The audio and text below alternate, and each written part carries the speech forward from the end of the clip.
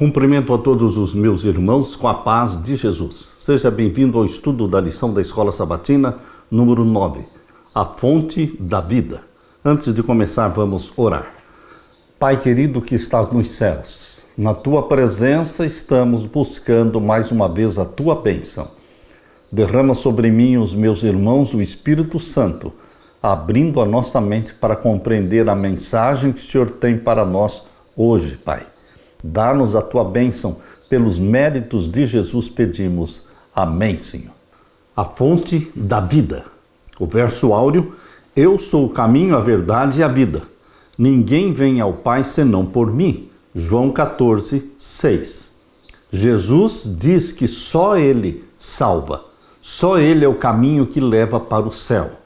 Então a proposta papal de que todas as religiões adoram o mesmo Deus e que todas as religiões levam para o céu é uma proposta falsa, porque Jesus está afirmando, João 14, 6, eu sou o caminho, a verdade e a vida. Ninguém vem ao Pai senão por mim. No Evangelho de João, quando questionado sobre quem era, Jesus muitas vezes respondia usando um termo que designa a divindade. Ele dizia, eu sou. Essa era uma referência inconfundível ao próprio Deus, que apareceu a Moisés na sarça ardente, dizendo, eu sou o que sou. Êxodo capítulo 3, verso 14. E esse mesmo Deus, o eu sou, então se fez carne e habitou entre nós, cheio de graça e de verdade. E vimos a sua glória como a glória do unigênito do Pai. João 1, 14. O tema do eu sou permeia o Evangelho de João. O versículo para memorizar desta semana reflete esse tema. Eu sou o caminho, a verdade e a vida. Ninguém vem ao Pai senão por mim. João 14, 6. O eu sou é o pão da vida. O eu sou é a luz do mundo. O eu sou é a porta das ovelhas. O eu sou é o bom pastor. O eu sou é a ressurreição e a vida, a videira verdadeira. Nesta semana, vamos continuar estudando a revelação de Deus conforme nos foi dada em João. Também vamos explorar de maneira mais detalhada o outro lado da realidade. Apesar das poderosas evidências de que Jesus é o Messias, muitas pessoas o rejeitaram. Estudaremos essa questão por duas razões: para evitar o mesmo erro, mas também para descobrir como podemos alcançar aqueles que correm o mesmo risco. Mostrar que Jesus é a fonte da vida. Jesus é o Salvador único, o Filho unigênito de Deus, que nasceu de uma forma diferente nesta terra, viveu uma vida diferente. Jesus é um caso único. Ele é o nosso Salvador, Ele é o nosso irmão mais velho, Ele foi para o céu preparar um lugar para aqueles que o amam e Ele vai voltar. Aleluia! Na parte de domingo, a vida estava nele. Isso está em João capítulo 1 e o verso 1. O apóstolo afirma claramente que Jesus é Deus, o Filho de Deus. Consequentemente, em João capítulo 1, verso 4, a referência à vida deve ser necessariamente à vida divina, a autoexistência eterna, que não deriva de coisa alguma, porque diz João 1,4, nele estava a vida eterna, a essência da vida, e a vida era a luz dos homens. Pelo fato de que Cristo possui vida em si mesmo, Ele pode dar a sua vida e pode tornar a tomá-la, exatamente como diz em João capítulo 10 e o verso 17. Abra sua Bíblia e leia comigo, João 10, 17. Por isso o Pai me ama, porque dou a minha vida para tornar a tomá-la. Ninguém me tira de mim, mas eu de mim mesmo a dou, tenho poder para a dar e poder para tornar a tomá-la. Jesus não foi forçado, não foi obrigado a morrer, ele morreu voluntariamente, ele deu a sua vida e tornou a tomá-la, porque ele tem vida em si mesmo. E pelo fato de ele ter vida em si mesmo, ele pode dar a vida a quem ele quiser. todo aquele que abraçar a Jesus como Salvador, ele receberá vida eterna. João capítulo 5 e o verso 21. Abra sua Bíblia e leia comigo. Pois assim como o Pai ressuscita os mortos e os vivifica, assim também o Filho vivifica aqueles que ele quer. O termo vida, aqui no Evangelho de João, vem do grego zoe e ocorre 36 vezes no Evangelho de João, cerca de 25% dos usos feitos no Novo Testamento. Em João capítulo 1, versos 4 e 5, além de se referir à fonte da vida em nosso planeta, a palavra também está ligada à salvação. No restante do Evangelho de João, a ideia da vida, zoe, é expressa com mais frequência como vida eterna, a promessa da salvação. Assim, aquele que concedeu vida na criação é o mesmo que traz salvação e vida eterna ao mundo perdido. Por que Jesus veio a este mundo? Qual o propósito da encarnação de Jesus Cristo? João capítulo 1, verso 29. Abra sua Bíblia e leia comigo o Evangelho de João capítulo 1 e o verso 29.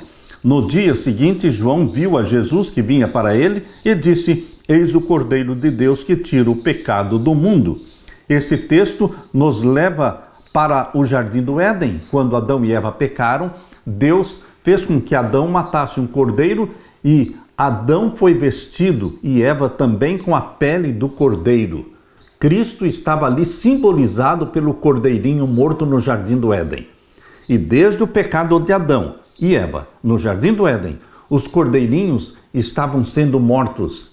O santuário da terra, ele foi montado dentro de um cerimonial da matança dos cordeiros. Existia a morte do cordeiro diariamente no santuário da terra. Quando Jesus Cristo apareceu para João, e a Bíblia diz que ele, olhando para Jesus Cristo, disse: Eis o Cordeiro de Deus que tira o pecado do mundo. Ali estava o cumprimento da profecia, lá de Gênesis 3,15. A promessa da semente da mulher que esmagaria a cabeça da serpente, Gênesis 3,15. Ali estava o cumprimento desta profecia. Abra também a sua Bíblia no Evangelho de João, capítulo 3 e o verso 16. Este é o texto clássico do plano da salvação. Aqui diz: porque Deus amou o mundo de tal maneira que deu o seu Filho unigênito, para que todo aquele que nele crê não pereça, mas tenha a vida eterna. João 3,16. E em João capítulo 6 e o verso 40, o Evangelho de João capítulo 6, o verso 40. Porquanto a vontade daquele que me enviou é esta, que todo aquele que vê o Filho e crê nele tenha vida eterna, e eu o ressuscitarei no último dia. Salvação só em Jesus Cristo. Ele viveu, ele morreu, ele ressuscitou, ele subiu ao céu, é o Deus vivo, que vive eternamente. E porque ele vive eternamente, ele tem vida em si mesmo, ele pode dar vida àqueles que nele creem. Isso é o que você pode ler também em João capítulo 10. O Evangelho de João capítulo 10 e o verso 10. Leia comigo. O ladrão não vem senão a roubar, a matar, a destruir. Eu vim para que tenham vida e a tenham em abundância. Jesus veio para que você vivesse eternamente. Não é somente viver 70, 80 anos nesta terra cheia de sofrimentos e de doenças. Não, meu querido irmão, minha querida irmã. Jesus veio para que você tenha vida plena, vida eterna. Jesus está oferecendo para você a imortalidade que é dele. Seremos seres humanos imortais, recebendo de Deus a imortalidade, porque o que é corrupto se revestirá da incorruptibilidade e o que é mortal será revestido da imortalidade. Esta é a promessa que se cumpre na volta de Jesus. Lemos também em João capítulo 12 e o verso 27. Agora minha alma está perturbada e que direi eu? Pai, salva-me desta hora. Mas para isto vim a esta hora. Jesus Cristo tremeu diante da morte, porque a natureza humana de Cristo não queria morrer. Mas, queridos, Jesus Cristo veio para morrer. Por isso, este verso nos ilumina. Agora minha alma está perturbada. Quando chegou o momento da cruz, o momento da morte, Jesus disse: minha alma está perturbada, que direi eu? Pai, salva-me desta hora, mas para isto vim, para esta hora. Eu nasci para isto. Portanto, meus queridos, Jesus tinha plena consciência da missão de morrer para salvar o pecador e para reivindicar o caráter do Pai, justificar o caráter do Pai daquelas acusações feitas por Satanás. E assim como Moisés levantou a serpente no deserto, assim também é necessário que o Filho do Homem seja levantado para que todo o que nele crê tenha a vida eterna. João capítulo 3, versos 14 e 15. Jesus Cristo veio para se tornar pecado. Ele se tornou pecado em meu lugar, no seu lugar. Ele morreu a morte que nós merecíamos morrer, a morte eterna. Ele sentiu as agonias da morte eterna. Ele sentiu a separação do Pai. Deus meu, por que me desamparaste? O nosso pecado, que foi incorporado em Jesus Cristo, fez a separação dele e do Pai. Ele se sentiu abandonado. Mas, queridos, o Pai estava junto da cruz, junto do Filho. Ele estava cumprindo com o desejo do Pai, morrer para salvar a humanidade. Da mesma forma como a serpente de bronze ocupou o lugar dos israelitas picados pelas serpentes, assim Jesus tomou o nosso lugar, pois fomos atingidos pelo pecado. Ele, Jesus, assumiu a penalidade que era nossa para que pudéssemos ter a vida eterna, que era dele. Cristo também deseja que tenhamos vida em abundância. João 10, 10. Assim, a todos quantos o receberam, deu-lhes o poder de serem feitos filhos de Deus, a saber, aos que creem no seu nome, os quais não nasceram do sangue, nem da vontade da carne, nem da vontade do homem, mas da vontade de Deus. João 1, 12 e 13. Em Jesus Cristo, você e eu nos tornamos filhos e filhas de Deus. Cristo veio para nos revelar o Pai, mostrar o caráter do Pai. Afinal, ninguém jamais viu a Deus, o Pai, mas o Deus unigênito, que está junto do Pai, é quem o revelou. João 1,18. Ao ver o caráter de Jesus, podemos ver o caráter do Pai. Por isso Jesus disse: quem vê a mim, vê o Pai. O que é que nós aprendemos sobre o caráter do Pai quando nós vemos a vida de Jesus? Quando nós estudamos a vida de Jesus aqui na Terra, o que é que nós aprendemos sobre o caráter do Pai? A bondade, a misericórdia, aquele desejo de ajudar os necessitados, curar os enfermos, ressuscitar os mortos, estender a mão para os carentes. Queridos, tudo aquilo que Jesus fez em sua vida era uma revelação do Pai, destruindo a caricatura horrível que Satanás pintou do Deus Pai. Satanás passou para a humanidade a ideia de um Deus ruim, vingativo, arbitrário, exigente, mas Jesus Cristo provou que o Pai é amor, é misericórdia, é bondade, é desejo de salvação. Jesus Cristo veio para revelar o Pai e salvar a humanidade. Jesus Cristo fez de você uma ovelha pela qual ele deu a vida. Ele teria morrido mesmo se você fosse a única ovelha perdida neste planeta. Jesus Cristo veio para revelar o Pai. Jesus viveu para agradar o Pai. E assim você e eu, filhos de Deus, vivemos também para agradar o nosso Pai Celestial. Aleluia! Na parte de segunda-feira, as palavras da vida eterna. Quem tem as palavras da vida eterna? Jesus Cristo. Abra sua Bíblia em João capítulo 6. João capítulo 6, vamos ler os versos 61 a 68. Sabendo, pois, Jesus em si mesmo que os seus discípulos murmuravam disto, disse-lhes: isto escandaliza-vos? Que seria, pois, se visseis subir o Filho do Homem para onde primeiro estava? O Espírito é o que vivifica, a carne para nada aproveita. As palavras que eu vos disse são espírito e vida. Verso 66. Desde então muitos dos seus discípulos tornaram para trás e já não andavam com ele. Então disse Jesus aos 12: Quereis vós também retirar-vos? Respondeu-lhe, pois, Simão Pedro: Senhor, para quem iremos nós? Tu tens as palavras da vida eterna. Muitos discípulos estavam abandonando Jesus, e então Jesus perguntou para os 12: E vocês também vão me abandonar? Foi quando Pedro respondeu: Para onde iremos? Tu tens as palavras da vida eterna. As palavras de Pedro sobre a vida eterna tratam de um tema que permeia o Evangelho de João. A ideia da vida eterna é mencionada várias vezes no contexto da alimentação dos 5.000 que foram alimentados por Jesus. Jesus diz que ele é o pão da vida, o que significa que a sua vida, morte e sua ressurreição é a fonte da salvação eterna. A expressão vida eterna ou palavras semelhantes ocorrem pelo menos 17 vezes no Evangelho de João. Essa expressão se refere ao poder vivificante que traz salvação e sentido à existência presente, bem como à vida que não terá fim, que receberemos na volta de Jesus. Assim como Jesus se tornou carne, a ressurreição que ele prometeu ocorrerá no tempo e no espaço, dando vida ao corpo físico. Trata-se da ressurreição, uma renovação da vida do Éden. O plano de Deus para Adão e Eva no Jardim do Éden, eles foram criados como seres glorificados, e nós também na ressurreição seremos glorificados, corpos glorificados como o de Adão e Eva lá no Jardim do Éden.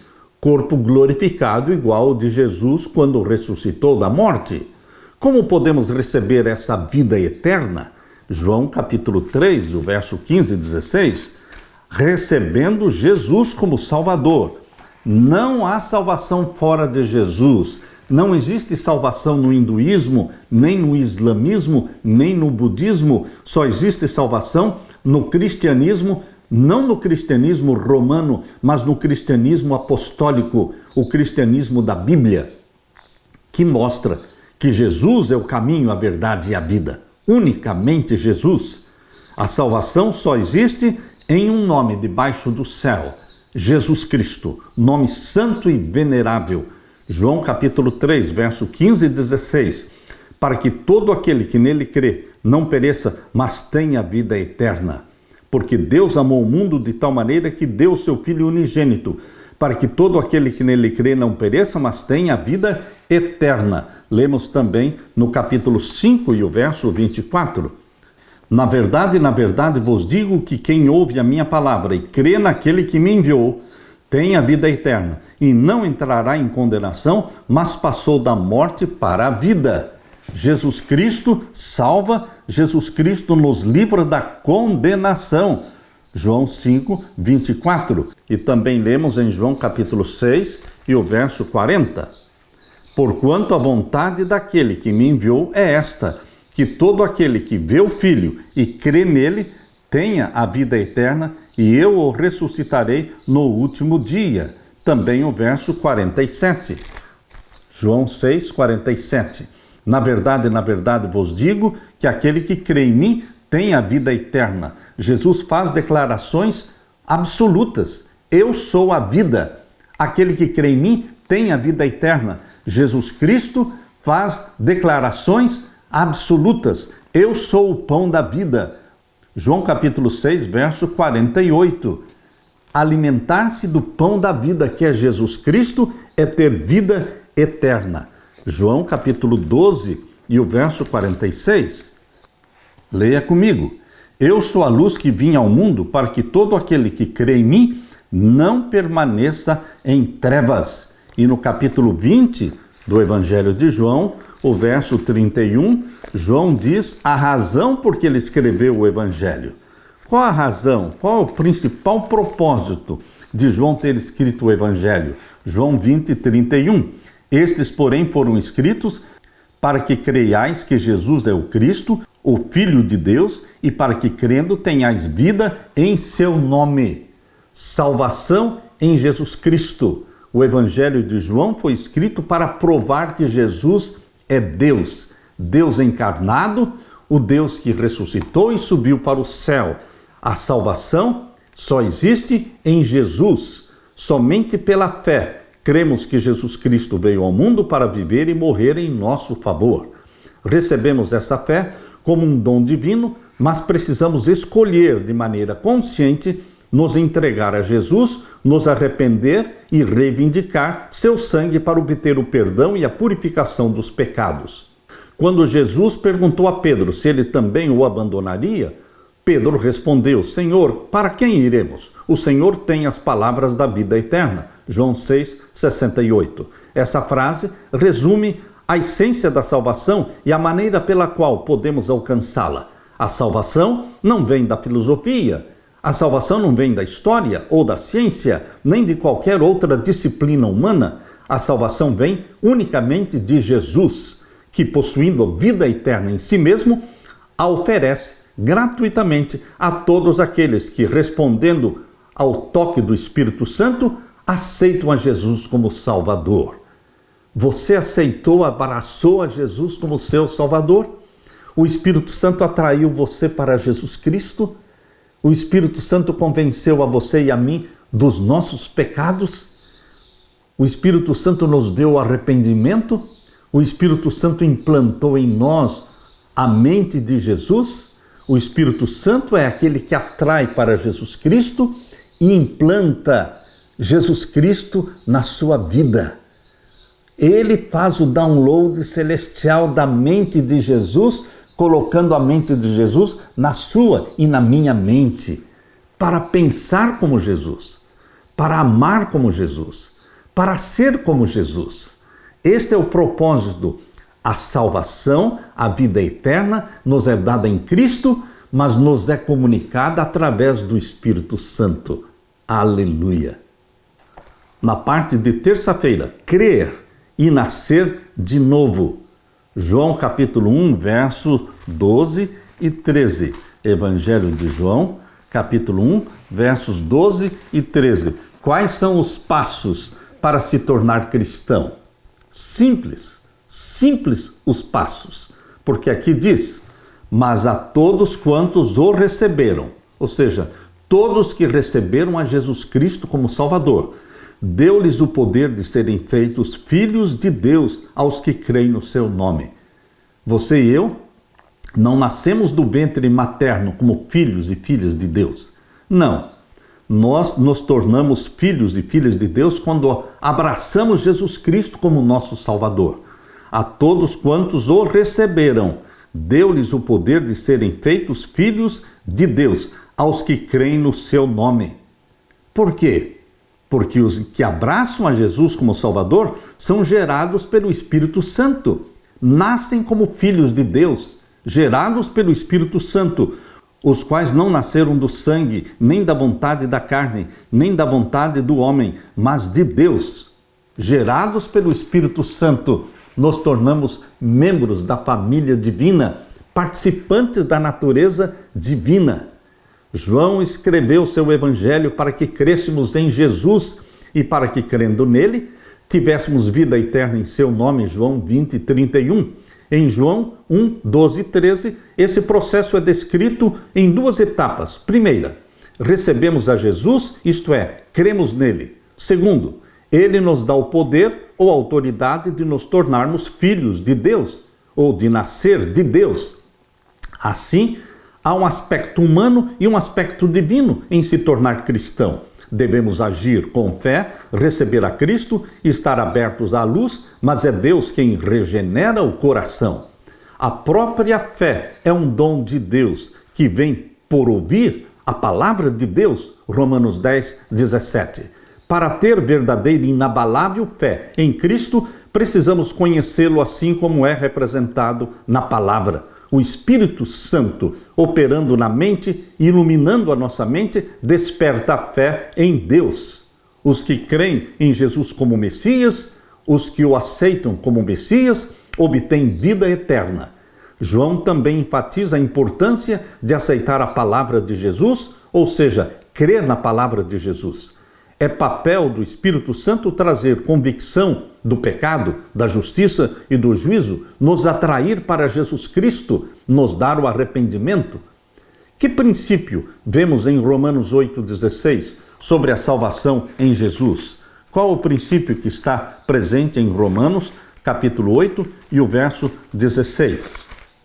O mesmo Espírito, ou seja, o Espírito Santo, testifica com o nosso espírito, ou seja, com a nossa mente, que somos filhos de Deus. O Espírito Santo nos convence de que nós somos filhos de Deus. Por quê? Afinal, fomos gerados pelo Espírito Santo. Nascemos da água e do Espírito, o nascimento espiritual. O Espírito Santo, atuando em nosso coração, produz a fé e a certeza da salvação, a certeza de que nos tornamos templos do Espírito Santo, participantes da natureza divina. Isso é muito precioso, ser participante da natureza divina. A fé bíblica, que se baseia na obra do Espírito Santo em nosso coração, é o fundamento da nossa fé. O Pai deu o Filho para morrer por nós, Jesus Cristo realizou a nossa salvação morrendo por nós na cruz, mas é o Espírito Santo que distribui a graça que nos advém do sacrifício de Jesus. É o Espírito Santo que implanta em você a mente de Jesus, é o Espírito Santo que gera em você a natureza santa espiritual de Jesus Cristo. Pai, Filho e Espírito Santo trabalham na nossa salvação. Não podemos separar uma coisa da outra, porque tudo se complementa. O Pai, o Filho e o Espírito Santo trabalham juntos na salvação do ser humano. A fé é a grande bênção. A fé são os olhos que veem. A fé é o ouvido que ouve. Segundo o entendimento humanista da fé, devemos encontrar fundamentos e critérios para a fé e depois crer. O entendimento bíblico, por outro lado, afirma que a própria fé é o fundamento, um dom de Deus. Começamos com o fundamento da fé e a partir daí crescemos em compreensão e em graça. A fé é um dom de Deus. É Ele que distribui uma porção de fé para cada um. O Espírito Santo implanta em você a fé em Jesus Cristo como Salvador. É o Espírito Santo que gera em nós a mente de Jesus. Nos torna obedientes como Jesus. É o Espírito Santo que nos torna apaixonados por Jesus, apaixonados pelo céu, ao ponto de não querermos mais nada desta terra. Nós estamos desiludidos com esta terra, nós queremos o céu a qualquer preço, a qualquer custo. Queremos que Jesus volte logo. Queremos ser arrebatados. Queremos viver na presença do Pai, do Filho. Queremos ser eternamente templos do Espírito Santo, que habitará em nós para todo sempre. Por isso somos participantes da natureza divina, porque o Espírito Santo hoje habita em nós, mas habitará em nós eternamente. Aleluia! Na parte de quarta-feira, rejeitando a fonte da vida.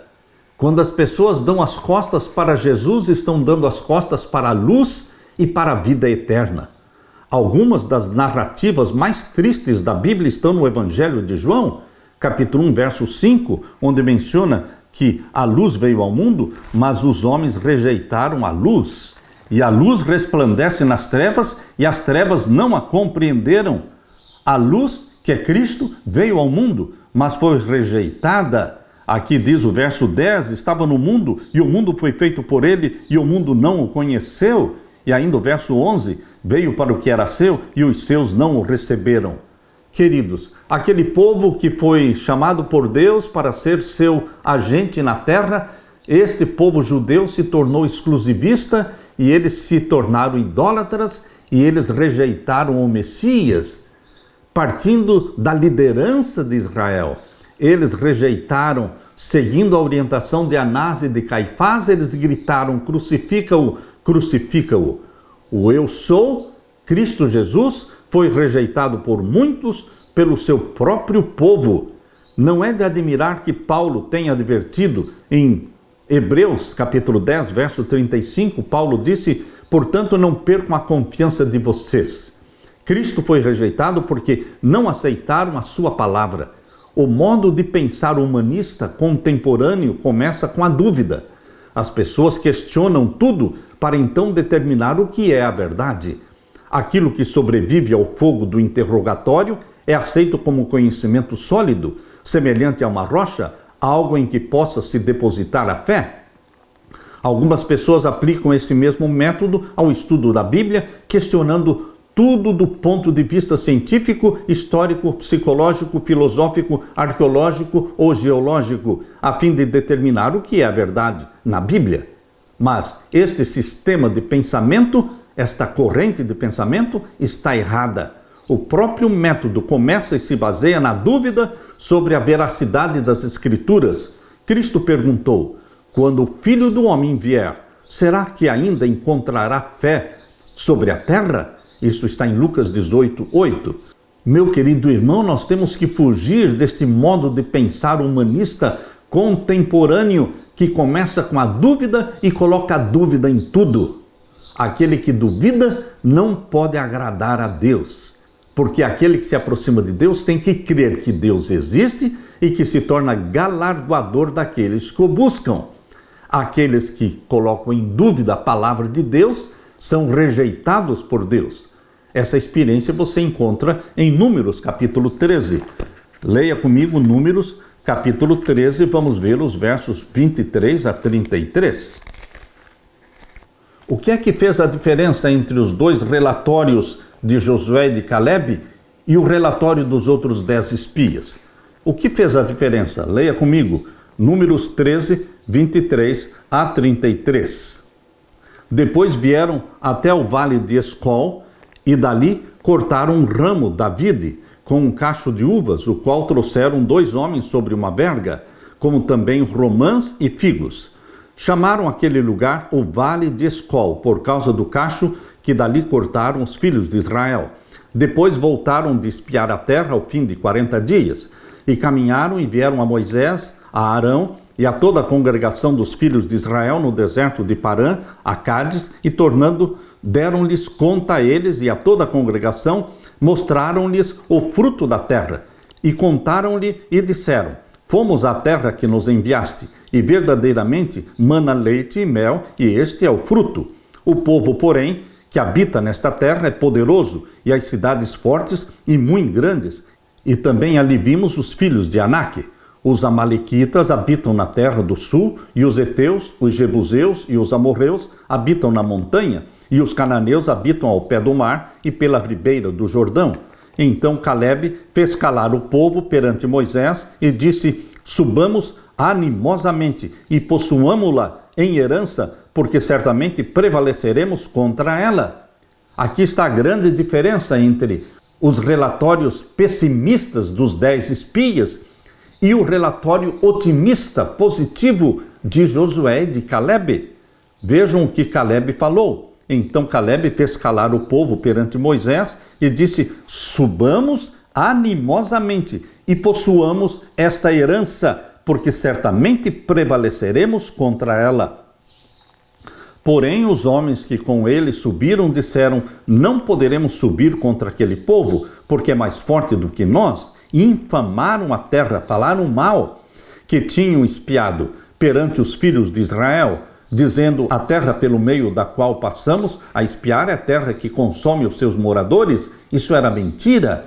E todo o povo que vimos no meio dela são homens de grande estatura. Isso também era mentira, porque não eram todos de grande estatura.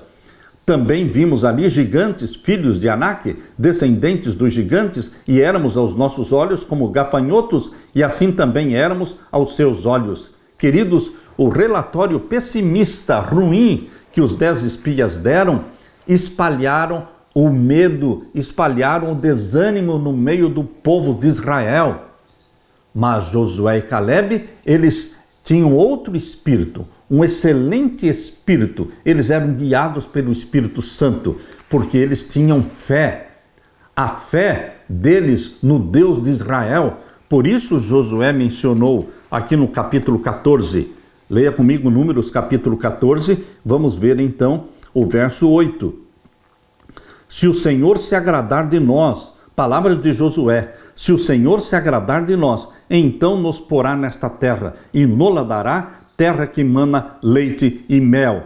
Tão somente não sejais rebeldes contra o Senhor, e não temais o povo desta terra, porquanto são eles nosso pão. Retirou-se deles o seu amparo, e o Senhor é conosco, não os temais. Palavras corajosas e otimistas de Josué. Josué e Calebe representam aqueles que vão ser salvos. Agora, no tempo do fim, Josué e Calebe precisam estar representando você e a mim, meu querido irmão. Diante das perseguições, das pressões, na angústia qual nunca houve, nós temos que demonstrar o espírito excelente de Josué e Calebe. Não desanimemos, porque Deus nos dará a terra da promessa. Deus nos introduzirá na Canaã celestial. Não devemos desanimar. Não podemos olhar para as circunstâncias, para o temor, para a angústia, para os sofrimentos. Queridos, nós temos que nos concentrar, o nosso foco tem que ser o céu. Deus nos colocará na terra que mana leite e mel. Jesus Cristo vai voltar, Ele vai nos arrebatar. Josué e Calebe tinham um espírito excelente. O Espírito Santo precisa estar em você e em mim. O pecado dos hebreus que estavam em Cádiz Barneia foi duvidar da palavra de Deus. E hoje, muitos duvidam da palavra de Deus. O Senhor havia pedido que eles subissem e tomassem a terra. 12 espias foram enviados a Canaã para examinar a terra. Eles voltaram com 2 relatórios diferentes. A maioria deu um relatório negativo. Disseram que havia gigantes na terra, cidades muradas, armas que nunca tinham visto antes e exércitos bem treinados. Acrescentaram que, em contrapartida, tinham sido escravos no Egito com pouca experiência militar. Com base em evidências humanas esmagadoras, 10 espias concluíram que os israelitas não deveriam conquistar a terra. Por outro lado, com base na fé, no poder da palavra, 2 espias concluíram que deveriam seguir em frente. Meu querido irmão, quem representa você hoje? Josué e Calebe ou aqueles 10 espias? A maioria sempre esteve errada. Hoje também a maioria está errada. As palavras de Josué ficam soando nos meus ouvidos. Em Números 14 e o verso 8. Se o Senhor se agradar de nós, então nos porá nesta terra, nos-la dará, terra que mana leite e mel. Tão somente não sejamos rebeldes contra o Senhor. Não vamos ter medo do povo desta terra, porquanto são eles o nosso pão. Deus os rejeitou, o Senhor é conosco, não deveremos temer. Queridos, que o espírito excelente de Josué e de Calebe tome conta da sua mente. O Espírito Santo seja derramado sobre você e que nós creiamos na terra que mana leite e mel prometida por Deus. Deus está nos preparando um novo céu e uma nova terra. Ele vai nos introduzir no novo céu e na nova terra. Jesus Cristo voltará. Jesus Cristo nos arrebatará. Nós viveremos eternamente com o nosso Deus. Que o Espírito Santo, que dirigiu a vida de Josué e Calebe, possua também a sua mente e faça de você um valoroso herói da fé. Aleluia! Na parte de quinta-feira, condenação. Lemos em João capítulo 3, versos 18 a 21, quem nele crê não é condenado, mas o que não crê já está condenado, porque não crê no nome do unigênito Filho de Deus. Pois todo aquele que pratica o mal detesta a luz e não se aproxima da luz, para que as suas obras não sejam reprovadas. Quem pratica a verdade se aproxima da luz. Queridos, aqui o texto de João, capítulo 3, versos 18 a 21, declara que aquele que não tem o Filho de Deus, Jesus Cristo, já está condenado. No juízo celestial, somente o crer em Jesus Cristo traz vida eterna, traz salvação. Quem não crê no Filho de Deus, Jesus, já está condenado. Em João capítulo 3, verso 18, aqui lemos: quem crê nele não é condenado, mas quem não crê já está condenado, porquanto não crê no nome do unigênito Filho de Deus. E no verso 36 diz assim: aquele que crê no Filho tem a vida eterna, mas aquele que não crê no Filho não verá a vida, mas a ira de Deus sobre ele permanece. E no capítulo 5 e o verso 24, capítulo 5 e o verso 24 diz: na verdade, vos digo que quem ouve a minha palavra e crê naquele que me enviou, tem a vida eterna e não entrará em condenação, mas passou da morte para a vida. Jesus Cristo é o juiz no santuário celestial, no juízo celestial, e não há condenação para aqueles que abraçam a Jesus como Salvador, porque Jesus se torna também o nosso juiz. Em João capítulo 5, verso 38, também lemos: e a sua palavra não permanece em vós, porque naquele que ele enviou não credes vós. E também no capítulo 8 de João, capítulo 8, vamos ler também o verso 24. Por isso vos disse que morrereis em vossos pecados, porque se não crerdes que eu sou, morrereis em vossos pecados. Nós aceitamos a Jesus como nosso eu sou, o grande eu sou, que conversou com Moisés lá na sarça ardente. O eu sou, que declarou em João capítulo 8, verso 58, antes que Abraão existisse, eu sou. Este grande eu sou é o nosso Salvador. Rejeitar a Jesus, que é a luz do mundo, nos deixa abertos à dúvida e às tentações de Satanás. Fazer isso significa se voltar da luz para as trevas. Deus transmitiu a Eva luz a respeito da árvore que estava no meio do jardim. Satanás atentou a questionar essa luz. Ela duvidou da palavra, raciocinando que um Deus de amor não destruiria as criaturas que havia criado. Eva também dependeu do que os seus sentidos lhe diziam, pensando: a serpente comeu do fruto e agora tem o poder de falar. Talvez ela esteja certa. Se eu comer do fruto, poderei também me tornar igual a Deus. Eva estava enganada. Ela se afastou da luz e o seu marido seguiu o mesmo caminho. Em Mateus capítulo 4, versos 1 até o verso 4, mostra que a nossa segurança, meu querido irmão, não está na filosofia, não está na história, não está na ciência. A nossa segurança está na firme palavra que saiu da boca de Deus. Foi assim que Jesus enfrentou a Satanás no deserto da tentação. Em Mateus capítulo 4, abra sua Bíblia, Mateus capítulo 4, vamos ver os versos 1 até o verso 4. Então foi conduzido Jesus pelo Espírito ao deserto para ser tentado pelo diabo. E tendo jejuado 40 dias e 40 noites, depois teve fome. E chegando-se a ele o tentador disse: se tu és o Filho de Deus, manda que estas pedras se tornem pães. Ele, porém, respondendo, disse: está escrito, nem só de pão viverá o homem, mas de toda a palavra que sai da boca de Deus. Jesus Cristo tinha como fundamento da sua vida a palavra de Deus. Está escrito. Queridos, nós temos que fazer da Bíblia, o sola escritura, a base, o fundamento da nossa vida. Está escrito. Não é o que dizem os homens, não é o que diz a ciência, é o que diz a palavra de Deus.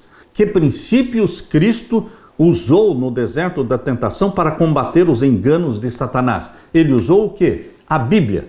E a Bíblia somente. A palavra que sai da boca de Deus significa vida eterna para aqueles que creem em Jesus Cristo.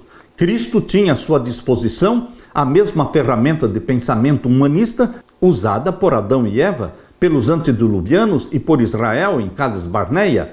Jesus poderia ter questionado por que um Deus de amor deixaria seu filho no deserto 40 dias sem alimento e proteção. Ele, Jesus, também poderia ter determinado provar que era o Filho de Deus. Ele poderia ter dito: eu vou transformar essas pedras em pães e provar que eu sou Deus. Em vez disso, Jesus respondeu com a palavra de Deus. Ele agiu com base nas coisas celestiais e não segundo os padrões do pensamento deste mundo. Facilmente Cristo poderia ter racionalizado e decidido tomar uma decisão errada, o que tantas pessoas fazem. Mas Jesus Cristo agiu em cima da palavra de Deus. Está escrito, está escrito. Meu querido irmão, a Bíblia, e a Bíblia unicamente, é a base, é o fundamento, é a autoridade doutrinária. Ela é a luz, ela é a lâmpada que ilumina a sua vida, o seu caminho. Você tem que crer na Bíblia, deixar-se transformar pela Bíblia. A natureza nos forma, a cultura nos informa, mas só a Bíblia nos transforma. É um livro vivo. A palavra de Deus é um livro vivo que mexe conosco, muda os nossos padrões de pensamento. Ao se rebaixar para assumir a condição humana, Jesus revelou um caráter oposto ao de Satanás. Contudo, Jesus desceu ainda mais baixo na escala da humilhação.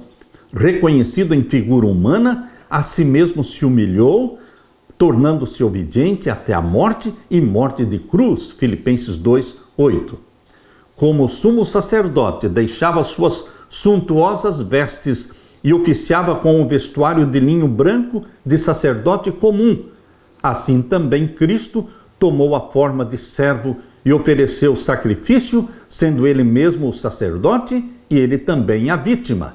Ele foi traspassado pelas nossas transgressões e moído pelas nossas iniquidades. O castigo que nos traz a paz estava sobre ele. Isaías 53:5. Cristo foi tratado como nós merecíamos, para que pudéssemos receber o tratamento a que ele tinha direito. Foi condenado pelos nossos pecados, nos quais não tinha participação, para que fôssemos justificados por sua justiça, na qual não tínhamos parte. Sofreu Jesus Cristo a morte que era nossa, para que recebêssemos a vida que era dele. Isto é graça, a graça divina que alcançou você, meu querido irmão. Jesus morreu, Jesus ressuscitou e Jesus subiu ao céu. Essa é a base, essa é a essência do cristianismo. Jesus, o Cristo morto, o Cristo ressurreto, o Cristo assunto ao céu, o Cristo prestes a voltar. Essa é a essência do cristianismo. E Jesus Cristo vai voltar mesmo, para buscar você e a mim. E o nosso clamor, nossa oração é: ora vem, Senhor Jesus. Deixe-me orar com você. Pai querido que estás nos céus, obrigado por Jesus Cristo morto e ressurreto, assunto ao céu e prestes a voltar. Volte logo, querido Jesus. Estamos desiludidos com o mundo, mas estamos apaixonados, obcecados pelo céu. Volte logo para nos levar para a cidade que é nossa, a nossa pátria, a cidade celestial, onde viveremos eternamente na tua presença. Volte logo, querido Jesus, e batiza a mim e aos meus irmãos com o Espírito Santo, pois é em teu nome, Jesus, que pedimos. Amém, Senhor. Que Deus te abençoe, meu querido irmão, minha querida irmã, e que Jesus te dê a paz.